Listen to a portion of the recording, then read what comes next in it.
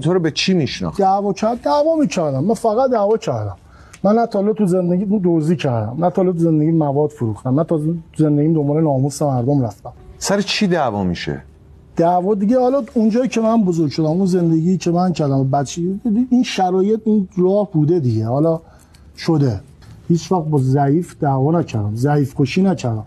همین نشم ما بچه‌لاتون ببینیم یکی مثلا با ضعیف دعوا میکنه، وای میستم جلوش. من باشم وظیفه‌ام جلوی یارو رو بگیرم، چون من بچه لاتم، من که اراذل نیستم که.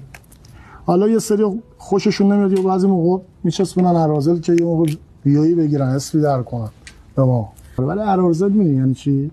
اراذل اونی که سر کوچه‌اش با این سرق میخوره، مزاحم ناموس مردمه، تیکه میندازه ناموس مردم، ارزان به حضورت که قمه میکشه، خیابون کوچه رو میبنده، خیابون رو میبنده، خیابون خالی میبنده.